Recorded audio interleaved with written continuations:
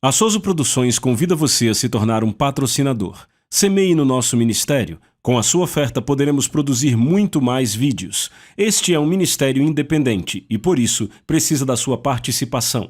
Inscreva-se no canal e compartilhe os vídeos. Seja um multiplicador desta visão.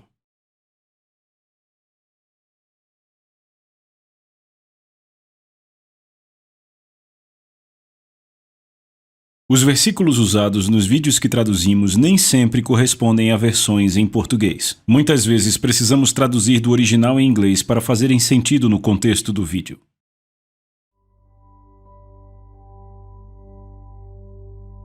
Capítulo 5.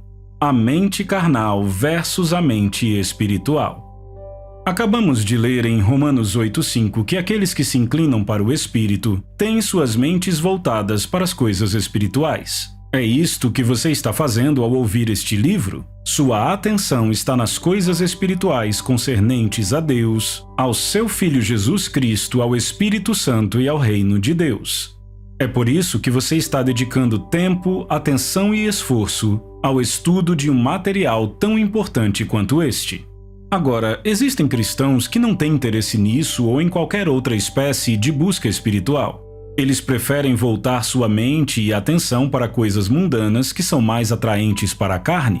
Mas Paulo faz uma forte advertência a estas pessoas.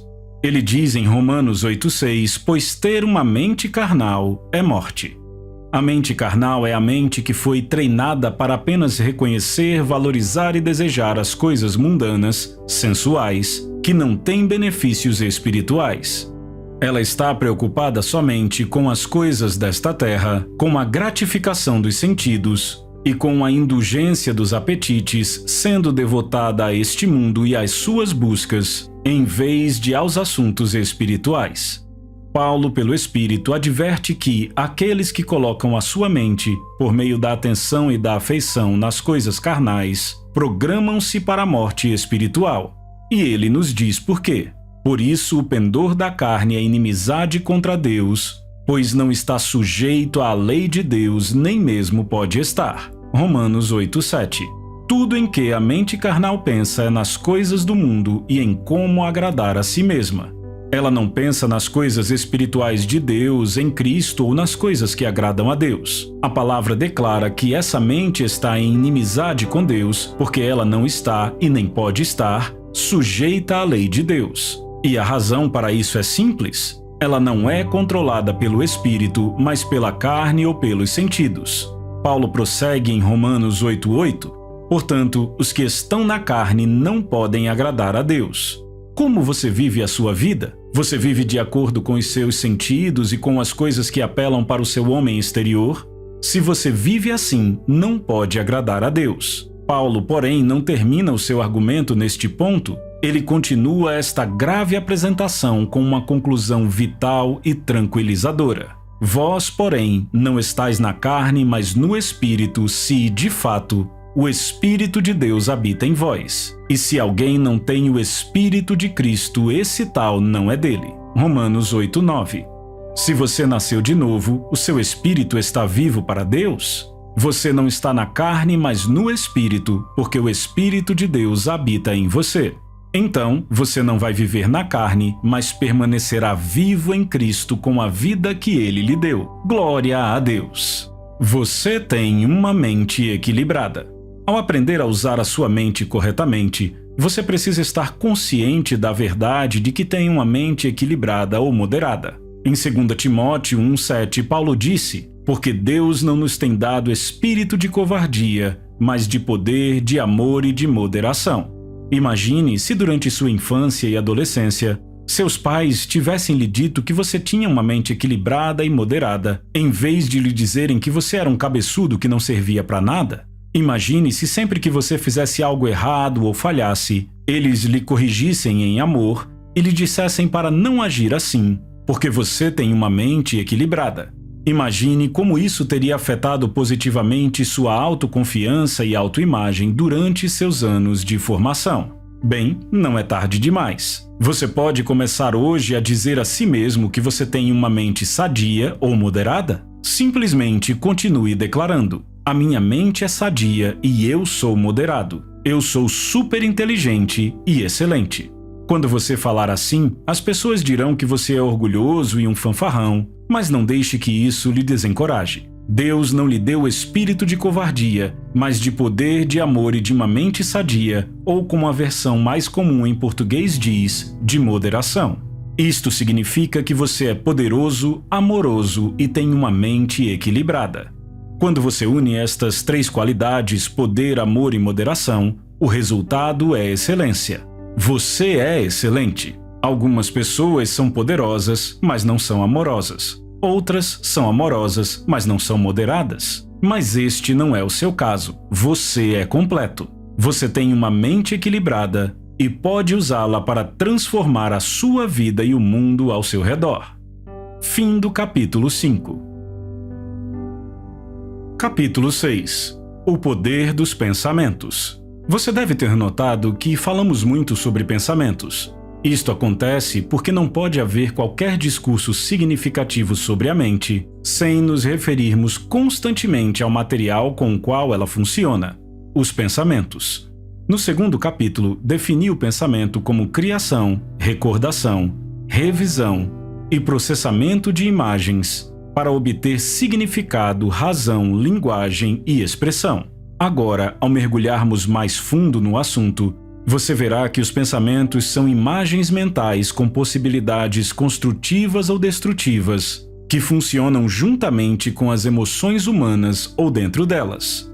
Em outras palavras, eles têm a habilidade de influenciar as suas emoções. Às vezes, eles são fruto da nossa imaginação, mas são mais que isso. Os pensamentos são construções mentais conscientes da sua mente, baseados no que se imagina, nas informações ou nos estímulos. Os pensamentos, portanto, são uma série de imagens que criam significado. Não é possível pensar sem significado. Se isso acontecer, significa simplesmente que você não está pensando. Pensar verdadeiramente é criar ou focar a mente em uma série de imagens que criam ou possuem um significado e, assim, transmitem uma mensagem. Os pensamentos de um homem, se mal empregados, podem mantê-lo em cativeiro e obstruir o seu caminho rumo ao sucesso e ao progresso. Por outro lado, este mesmo homem pode experimentar uma gloriosa liberdade como resultado dos seus pensamentos. É por isso que em Filipenses 4:8 a Bíblia nos aconselha a escolher e pensar apenas naquilo que é reto. Os pensamentos são imagens da mente que têm possibilidades construtivas ou destrutivas, forças que têm poder com emoções humanas. Muitas vezes subestimamos o poder e as possibilidades dos nossos pensamentos. Até que mude o seu modo de pensar, você não poderá mudar a sua vida, não poderá mudar o estado em que se encontra e, portanto, não poderá mudar a sua condição. Sua vida sempre seguirá na direção dos seus pensamentos. Ela nunca será diferente do caráter dos seus pensamentos. Você é um reflexo dos seus pensamentos? Sua vida é a manifestação externa dos processos internos da sua mente. Por isso, é crucial entender a importância dos seus pensamentos e como usá-los corretamente. De onde vêm os pensamentos? Por ora, confio que você certamente entendeu o poder latente da sua mente e a importância de cultivar os seus processos de pensamento, criando as imagens corretas acerca de tudo o que lhe diz respeito. Eu estou certo de que você também sabe como canalizar efetivamente os seus pensamentos da maneira desejada por Deus. Entretanto, não se deve ignorar o fato de que existe um adversário, o diabo lá fora, que está constantemente criando ardis para roubar de você as bênçãos de Deus. A Bíblia o descreve como um leão que anda ao derredor procurando a quem possa devorar. 1 Pedro 5:8. Uma das maneiras pelas quais ele tenta influenciá-lo é plantando todo tipo de pensamentos e imagens erradas em sua mente. Ele vai tentar lhe enganar para que você tenha pensamentos que possam ferir e colocar você em cativeiro. É por isso que, antes de aceitar e tomar como verdade qualquer informação que chegue até você, você precisa primeiro discernir qual é a fonte desta informação a fim de não permitir que ideias equivocadas tenham acesso ao seu espírito. Você é um reflexo dos seus pensamentos. Sua vida é a manifestação externa dos processos internos da sua mente. É preciso saber como distinguir os pensamentos que chegam até você, porque se não estiver ciente do lugar de onde os pensamentos que você processa emanam, examinando-os sob a luz da palavra de Deus, eles podem desviar você do caminho correto. Entendendo as diferentes fontes dos seus pensamentos. Número 1. Do seu próprio raciocínio. Estes são pensamentos que emanam de você com base nas informações que você adquiriu.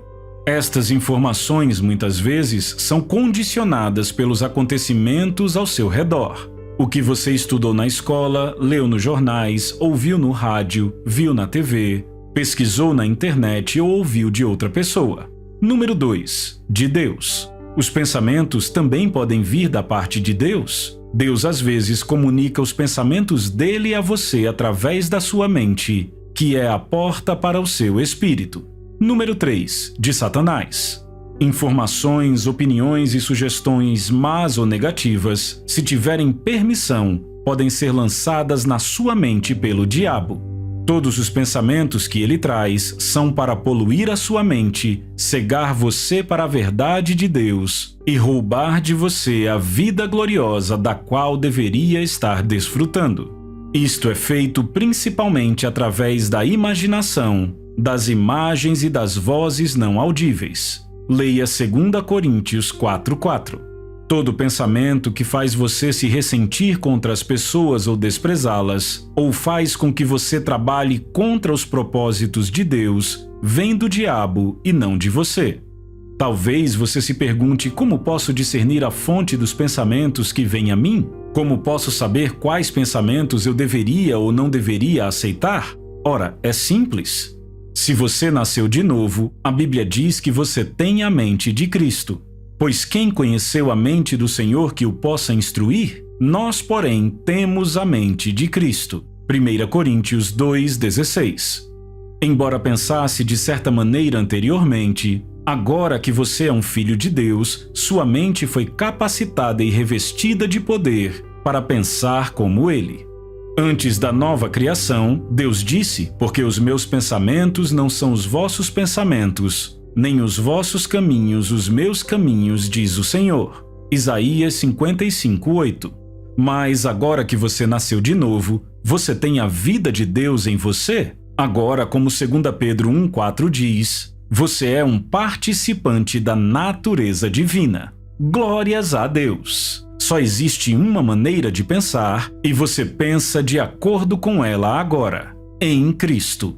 Jesus disse: eu sou o caminho, a verdade e a vida. João 14:6. Assim, todo pensamento que é bom para Deus e bom para as pessoas vem do céu, e o céu de Deus opera em nosso coração. Todo pensamento que faz você se ressentir contra alguém ou desprezá-lo, ou que faz você trabalhar contra os propósitos de Deus, vem do diabo e não de você. Quando você se pega pensando em algo que frustra ou contradiz os planos de Deus para você ou para a sua igreja, que é o corpo dele, entenda que eles não vêm de você ou de Deus, mas do diabo. Quando estes pensamentos vierem até você, discirna-os imediatamente e os rejeite. Seus pensamentos são basicamente aqueles que transmitem o ponto de vista do Senhor. Ele declarou que você é bom, de modo que os seus pensamentos maus, pouco saudáveis ou negativos, não podem vir de você. Você é responsável pelos seus pensamentos.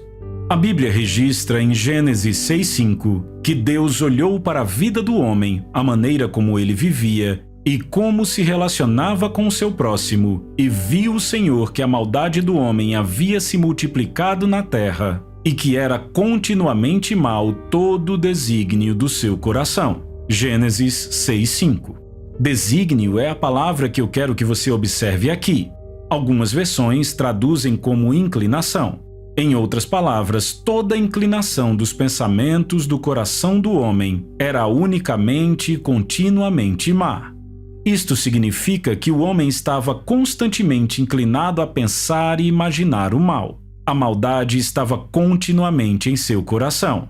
Então, o Senhor disse: farei desaparecer da face da terra o homem que criei, o homem e o animal, os répteis e as aves dos céus, porque me arrependo de os haver feito. Gênesis 6:7. Deus considerava o homem responsável pelos seus próprios pensamentos. Do contrário, ele não teria pronunciado este julgamento sobre ele? Algumas pessoas dizem: bem, você sabe, esses pensamentos negativos simplesmente vêm à minha mente, não sei como isso acontece. Ora, Deus considera você como responsável por processar esses pensamentos. Lembre-se, definimos pensamento como criação, recordação, revisão e processamento de imagens em busca de um significado. Criar, recordar, rever e processar, tudo isso cabe a você. Cabe a você processar ou não as imagens que recebe. Se você não as processar, fazendo com que passem a ter um significado, elas não conseguem atribuir a si mesmas um significado. Você precisa dar a elas um significado. Lembre do que falamos no capítulo 2. Os discípulos nunca haviam visto ninguém ser atacado ou destruído por um fantasma, mas haviam ouvido histórias e o medo de fantasmas havia ficado registrado na mente deles. Então, quando eles viram Jesus, aquele que cura os de coração partido, a bondade de Deus, a expressão do amor de Deus, eles tiveram medo dele, porque pensaram que fosse um fantasma. Imagine se Jesus não tivesse dito nada a eles para dissipar o medo que sentiam. Pense no que teria acontecido se Jesus tivesse franzido a testa para eles. Talvez eles tivessem desmaiado ou até morrido de medo. Então, se espalharia a notícia de que um fantasma os matou, quando na verdade haviam morrido de medo. Assim, com a nossa mente, atribuímos significado e razão, bem como interpretamos as imagens que recebemos e processamos.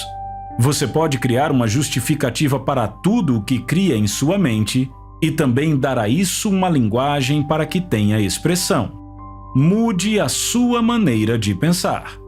Eu disse a você agora há pouco que Deus lhe considera responsável pelos seus pensamentos. Jeremias 17:9 diz: enganoso é o coração, mais do que todas as coisas, e desesperadamente corrupto. Quem o conhecerá? Até que um homem nasça de novo, esta é a descrição do estado em que se encontra seu homem interior. Não é de se admirar que Jesus tenha dito que você precisa nascer de novo, porque o coração do homem natural é desesperadamente mau.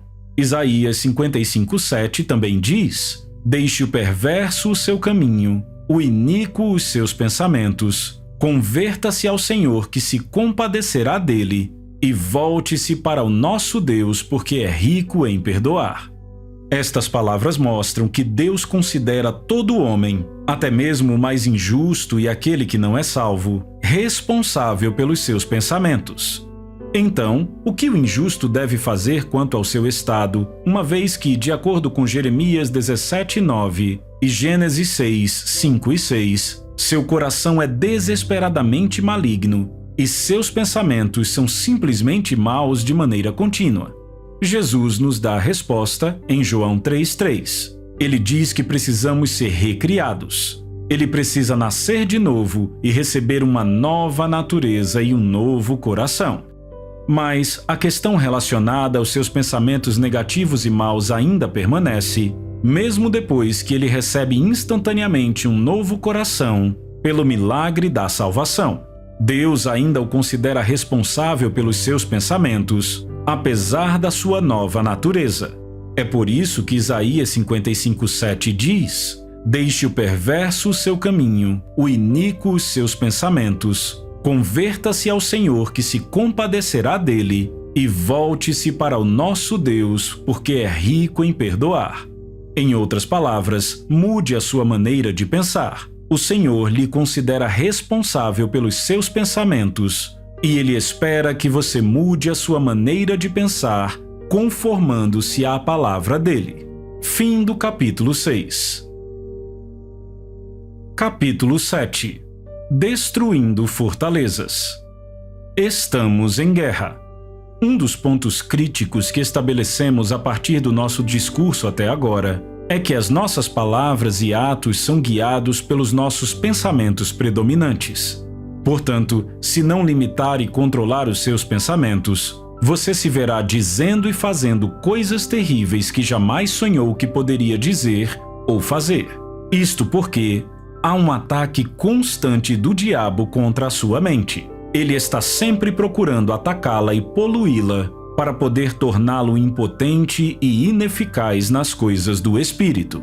A Bíblia nos mostra que estamos engajados em uma guerra espiritual em constante avanço, porque, embora andando na carne, não militamos segundo a carne. 2 Coríntios 10:3. Porque a nossa luta não é contra o sangue e a carne, e sim contra os principados e potestades, contra os dominadores deste mundo tenebroso, contra as forças espirituais do mal nas regiões celestes. Efésios 6:12. Mas a Bíblia também nos diz que fomos equipados com um armamento divino que garante a nossa vitória. Porque as armas da nossa milícia não são carnais, e sim poderosas em Deus, para destruir fortalezas, anulando nós sofismas, e toda altivez que se levante contra o conhecimento de Deus, e levando cativo todo pensamento à obediência de Cristo. 2 Coríntios 10, 4 e 5. Você observará que Paulo aqui estava falando sobre as coisas que acontecem ou residem na mente. Fortalezas, sofismas, pensamentos e toda altivez, indicando que a nossa mente é o campo de batalha desta guerra espiritual. Fortalezas, sofismas, pensamentos e toda altivez. Fortalezas, no contexto em que a palavra é usada em 2 Coríntios 10:4, não se refere a uma estrutura física fortificada ou a alguma força externa que o diabo levanta contra você. Refere-se a ideias, teorias, sofismas, raciocínios, crenças, etc., todos contrários à palavra de Deus, que atacam e capturam a mente das pessoas, fazendo com que elas pensem de uma determinada maneira e, consequentemente, impedindo-as de desfrutar sua herança em Cristo. Fortalezas também podem ser pensamentos que foram estabelecidos na sua mente como resultado do seu histórico e da maneira como foi criado. Elas são formadas como resultado das coisas que você viu, ouviu e experimentou, e dos hábitos e do caráter que formou antes ou até mesmo depois de ter nascido de novo. Elas também podem ser crenças culturais e tradicionais, que podem até ser reconhecidas e aceitas como normas sociais. Mas tudo o que elas fazem é impedir que novos pensamentos vindos da parte de Deus entrem na sua mente. Na essência, as fortalezas são muros de contenção construídos em sua mente, que lhe impedem de avançar nas coisas de Deus. Por exemplo, alguém pensa, eu nunca vou ser bem-sucedido, porque o avô ou o pai dessa pessoa foram um fracasso. Outra pessoa diz, toda vez que algo de bom está prestes a me acontecer, o inferno se levanta e eu perco a minha oportunidade, porque essa foi a experiência que ela teve. Isto são fortalezas. Paulo também falou sobre toda a altivez, anulando nós sofismas e toda a altivez que se levante contra o conhecimento de Deus. 2 Coríntios 10:5. Isto se refere a sistemas éticos, religiosos e filosóficos falsamente enaltecidos, estabelecidos por homens para se opor e desafiar o conhecimento de Deus. São eles opiniões, dogmas, mentalidades, tendências, superstições e crenças vãs e infundadas, que se tornaram barreiras erguidas na mente das pessoas contra o conhecimento de Deus. Mas graças sejam dadas a Deus, que nos fortaleceu com uma armadura impenetrável e nos tornou invulneráveis a esses ataques satânicos contra a nossa mente. A palavra nos mostra que fomos equipados com armas que são poderosas em Deus para expulsar todo pensamento e anular todo sofisma apresentado a nós pelo diabo, para derrubar toda altivez que se exalte acima do conhecimento de Deus e para levar cativo todo pensamento para obedecer a Cristo, à palavra. Com nossas armas, somos capazes de libertar os homens que estão sendo mantidos cativos por meio dessas manipulações satânicas. Aleluia! A armadura de Deus. Definimos que estamos engajados em um conflito contra as forças satânicas. Quer gostemos disso ou não, quer estejamos cientes disso ou não. E, como se trata de uma guerra espiritual, só podemos enfrentar o inimigo usando armamento espiritual. 2 Coríntios 10:4. Em Efésios 6, de 13 a 17, Paulo enumera as diferentes partes da nossa hábil e impenetrável armadura.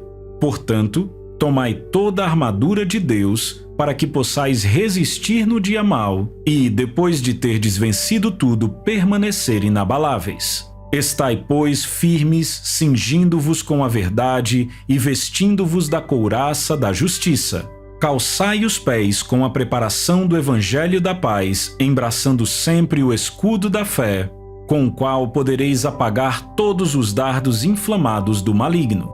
Tomai também o capacete da salvação e a espada do Espírito, que é a palavra de Deus. Portanto, eis em que consiste a nossa armadura. 1. O cinturão da verdade. 2. A couraça da justiça. 3. Os sapatos da preparação do Evangelho. 4. O escudo da fé. 5. O capacete da salvação. E 6. A espada do Espírito. Olhando de perto para cada uma dessas armas, você observará que somente uma, a espada do Espírito, é uma arma de ataque. Todas as outras servem para nos defender contra os ataques.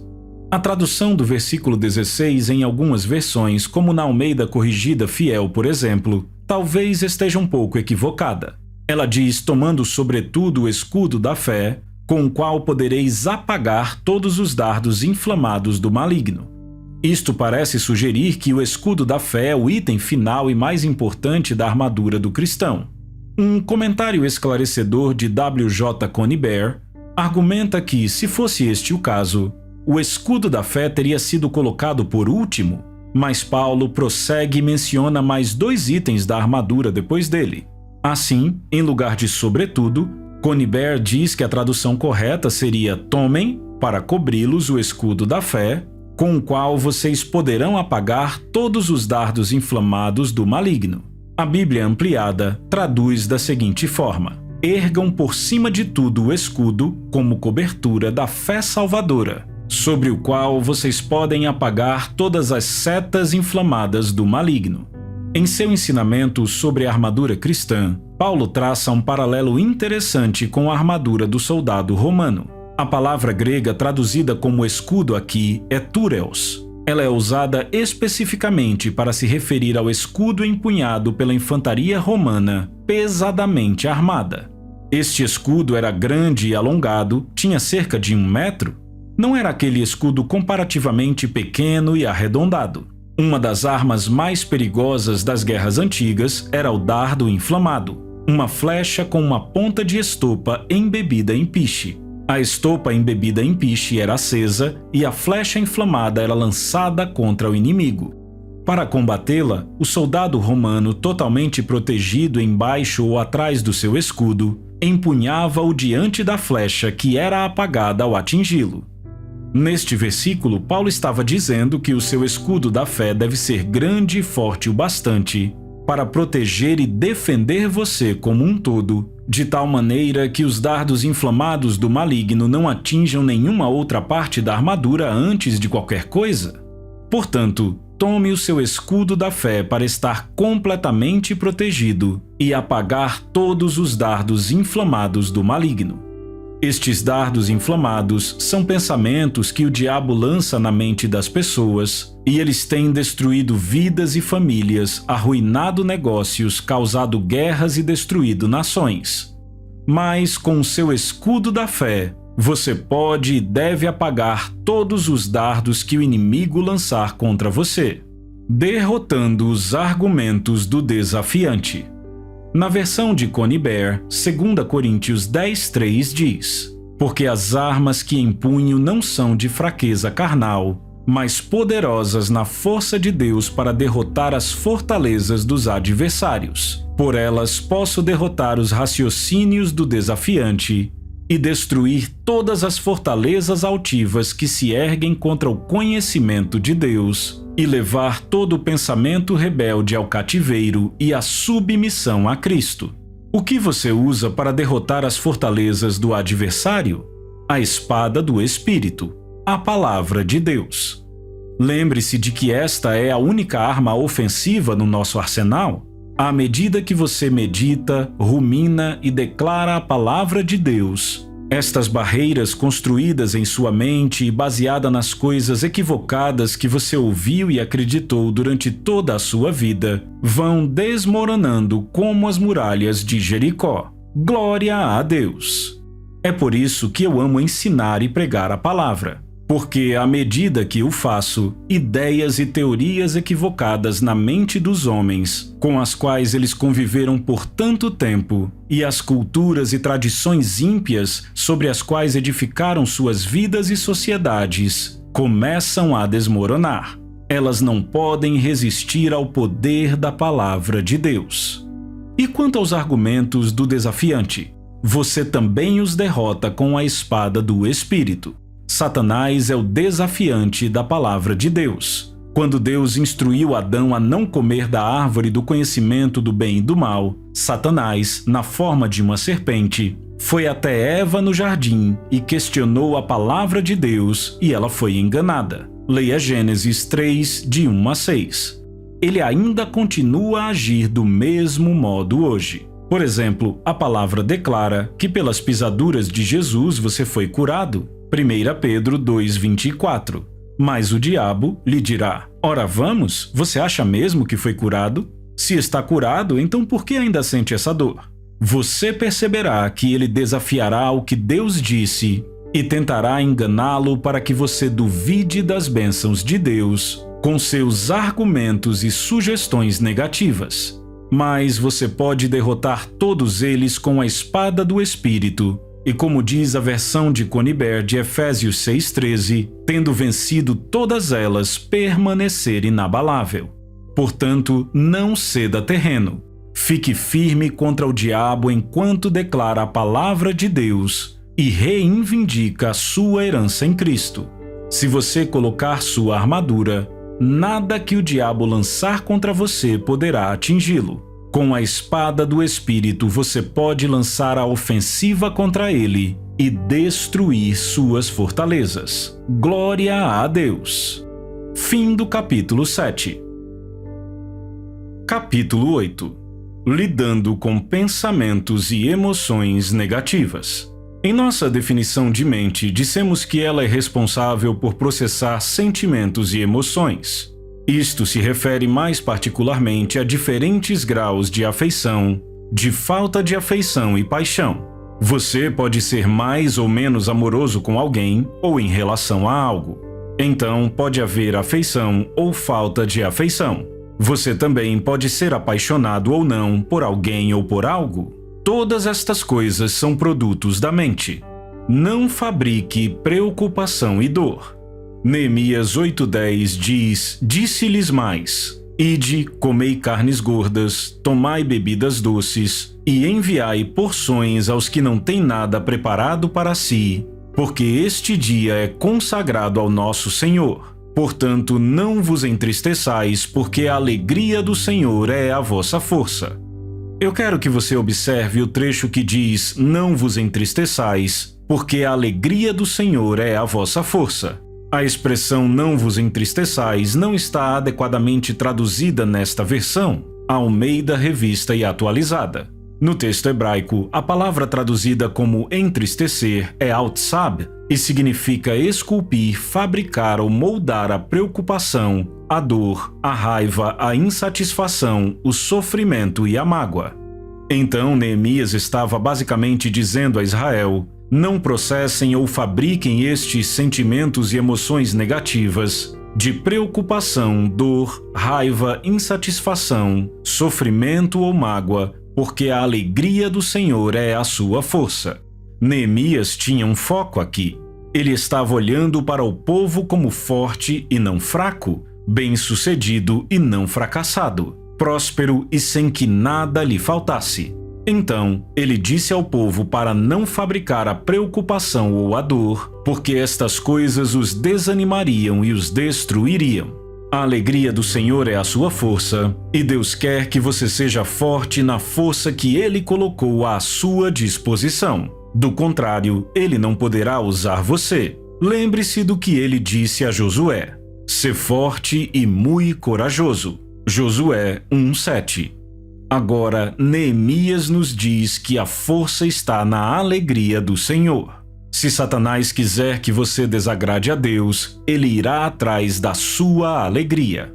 Ele vai tentar impedi-lo de ser alegre e fará com que você culpe a todos os que o cercam pelos seus sentimentos e emoções negativas. Se ele tiver êxito, você perceberá que está constantemente irado e contrariado, porque alguém em algum lugar lhe ofendeu, magoou ou aborreceu. Então, você passará a ter uma postura negativa. Mas o que está acontecendo, na verdade, é que você está se tornando mais fraco espiritualmente, porque permitiu que Satanás roubasse a alegria do Senhor, que devia estar sendo a sua força. Se o Senhor diz: não crie, fabrique ou processe a dor, o desprazer, o sofrimento e a preocupação, Ele está lhe dizendo que se você não produzir ou processar estas coisas em sua mente, elas não terão influência ou poder sobre você. Deus disse a Josué: "Serei contigo, não te deixarei nem te desampararei. Sê forte e corajoso, porque tu farás este povo herdar a terra que, sob juramento, prometi dar a seus pais. Tão somente sê forte e muito corajoso." Josué 1, de 5-7. Você é alguém que manifesta a justiça de Deus, que revela a luz dele e espalha a bondade dele. Não permita que o caráter de Satanás se demonstre através de você. Como Josué, o Senhor está lhe pedindo para ser forte e muito corajoso. Mas como você vai ser forte? Esta força vem da alegria do Senhor, e esta alegria é expressa através do canto, do riso, da dança, das palavras de louvor e da amorosa harmonia que você tem com seus irmãos e irmãs no Senhor, quando lhes diz palavras positivas, edificantes e encorajadoras. Recuse-se a permanecer dominado pela dor, pelo desprazer, pela preocupação e por todos estes sentimentos e emoções negativas.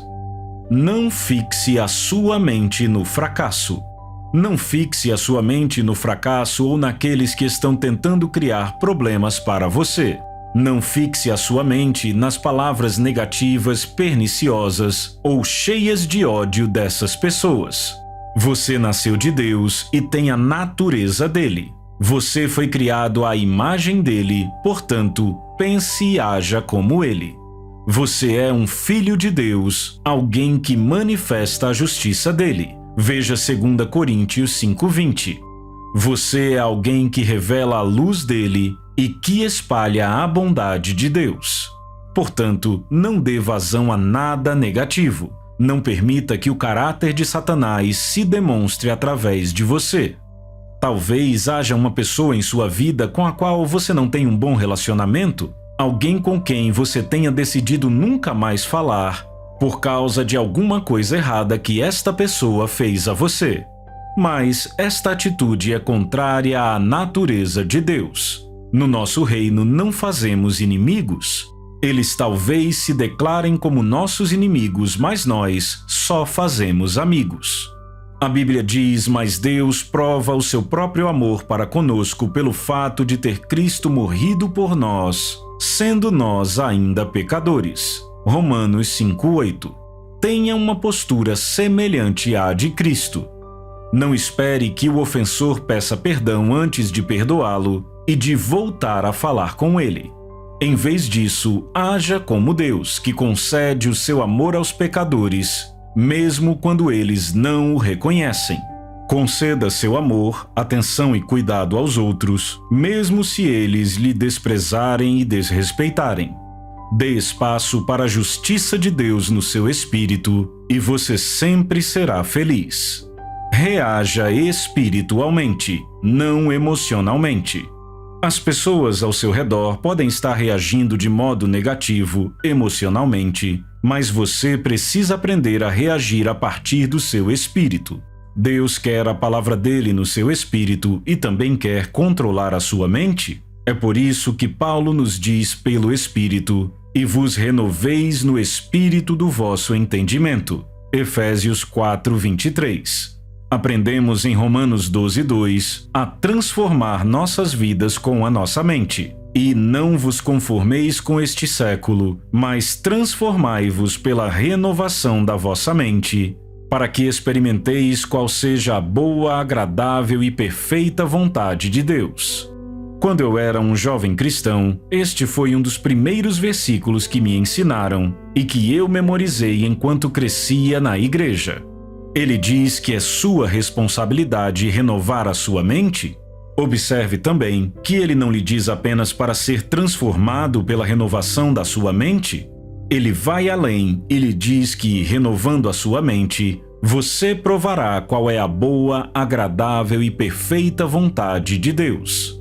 Leia este versículo lentamente para si mesmo e medite nele. Ele é a palavra de Deus e ela foi designada para gerar resultados em sua vida. Permita que somente o melhor dentro de você venha à tona. Se você perceber que está expressando qualquer emoção ou atitude negativa, arrependa-se e corrija rapidamente. Diga: Pai, eu não sabia que podia ser tão impaciente. De hoje em diante eu rejeito a impaciência em nome de Jesus. Se, em vez de reagir em amor, você perceber que está agindo em ódio, raiva ou amargura, diga: Pai, em nome do Senhor Jesus, eu rejeito isto. Estes sentimentos não terão poder sobre mim. Não permita que nada nem ninguém gere o pior em você. Não manifeste atributos que vão totalmente contra Deus. Recuse-se a permitir que a sua vida seja uma enxurrada de expressões satânicas. É por isso que eu gosto daquela canção que diz: Satanás não tem autoridade aqui neste lugar. Ele não tem autoridade aqui, pois esta habitação foi criada para a presença de Deus. Ele não tem a autoridade aqui. Esta é uma daquelas canções que, quando cantamos, nos ajudam a conduzir nossa vida na direção certa. Você é a habitação do Senhor, criado para a presença dele. Portanto, Satanás não tem autoridade em nenhuma área da sua vida. Se você perceber que a ira está tentando transbordar em você, diga: não, eu estou cheio de amor. Então, dirija-se à ira. Ira, você não tem autoridade no meu coração, pois eu sou a habitação do Senhor, criado para a presença dele. Quando você fizer isto, o amor de Deus surgirá e encherá o seu coração. Glória a Deus. Fim do capítulo 8.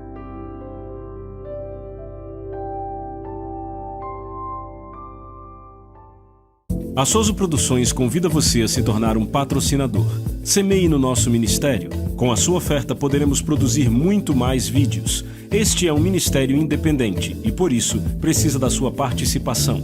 Inscreva-se no canal e compartilhe os vídeos. Seja um multiplicador desta visão.